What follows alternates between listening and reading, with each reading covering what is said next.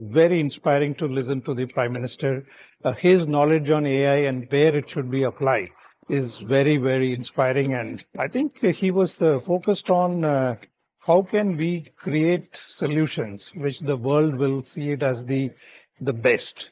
Right? He was really focusing on what is the unique selling proposition of India AI solutions. This was the most inspired and motivational talk that I've heard from the world leader on AI. He spoke about create impact, but at the same time inspire the world. You know, the haves and have-nots in the world are going to be divided by the technology.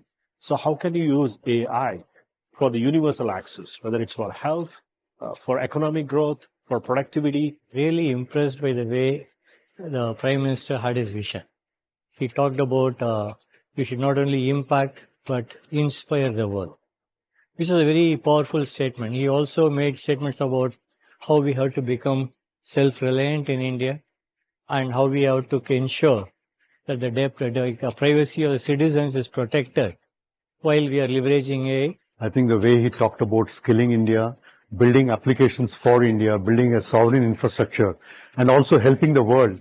And he also talked about some of the great examples about how we were self-sufficient in terms of making India through UPI, how we could actually become an India AI export. He gave us the inspiration and the motivation to work on problems relevant to our country, how to leverage this technology and make it to the benefit of every Indian.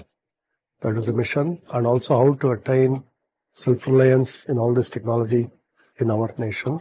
The fundamental take was positioning India and giving the character of India on the technology of AI and any infrastructure that we create to enable not just the infra part of it, but to enable the heart of what we are creating for the world.